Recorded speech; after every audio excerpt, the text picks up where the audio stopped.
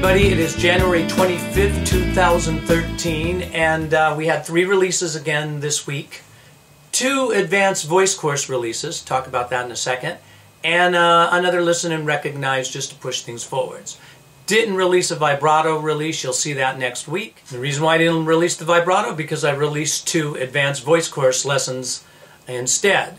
And why did I do that? Well, you may notice that what's going on here now is that we're in this portion of the course where this is all about male mix. And of course, the next thing that's going to happen is I'm going to do female mix and talk about the differences, because how you handle certain things, of course, where the range is at, where the actual notation of that is different. But there's more to it than that. And I thought about trying to do everything that I've done so far, meaning that I'm always releasing both the male and female information at the same time. And that's fine in most cases. But in this case, I really have to handle things differently, and I want a consistent look at the male voice and a consistent look at the female voice when I work on this portion of mix, to get it really, really clear to everybody and to get you to do the right exercises in the right place for the right reasons.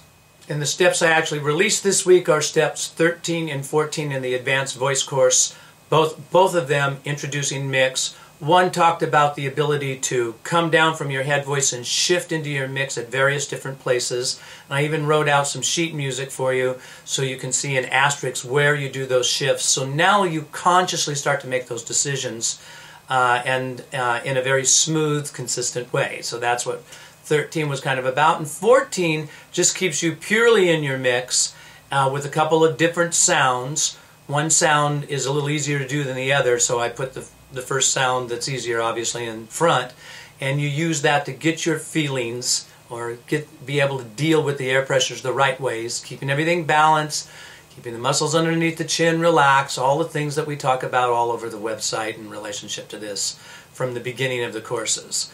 But just getting to this place where now I'm going to start to strengthen your power and get you very, very comfortable and get you very, very on top of the ability to shift, so you can consciously do that. Of course, once you understand how to do this with the exercise, you should realize that you can do it with any melody line in the world. So we'll get to this point in the course as it moves up that will really address melody lines specifically to show you how these things work. But another thing I want to point out all the time is that if you're jumping around the site, go to some of the songs, any of the song breakdowns, and you're going to have these breakdowns. Well, the breakdowns always relate back to these courses, and so right there you get another opportunity to see things in melody lines and understand how the singer's going from one part of their range to another, and things like this that we're working on right now. Those 2 things should come together for you, so you go, oh, well, he's saying he's going from his chest to his mix right there. Let me listen to it. Oh yeah, cool. He's going from his head voice up to going from his head voice down to his mix. All right, cool. Going from his mix up to his head voice. All right, cool. Or she. All right, anyway, that's what's going on there. We did one more listen and recognize clip, and getting up there, step 87, and I'm still hanging there for a while, and will continue to hang there for a while with the major, minor, diminished, and augmented chords. But this last listen and recognize was just working with major to another major chord, up a 4th actually, in an inversion. And so you're starting to, I want you to get an ear for just the major chords and inversions before I try to trick you and play minor chords and diminished chords and combinations. So again, we'll be moving slowly, but I hope everybody takes out a little time to have some fun and listen, and keep on building your listening skills. Little by little, like we're doing here, it turns into a big, giant ear for you.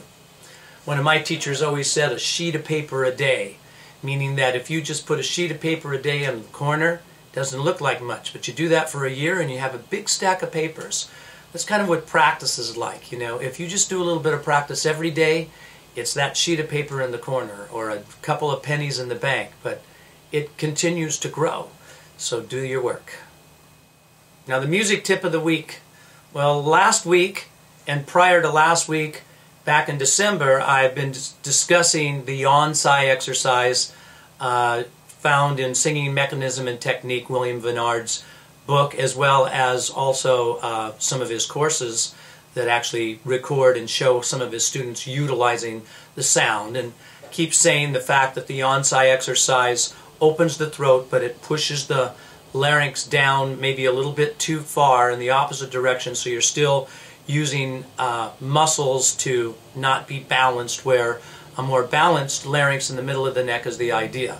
Now so I spoke of the fact of modifying the Yonsei exercise, keeping the muscles, the digastric muscles underneath your chin here, relaxed and comfortable, and the larynx in the middle position of the neck as you Yonsei and modify it that way, which really turns out to be a siren, or a siren coming down.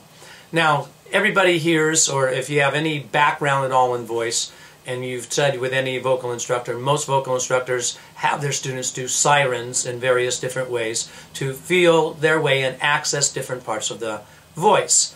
Now, I don't know if you've thought about this or not, but once you get into the comfort of a good siren, so if I go, ooh,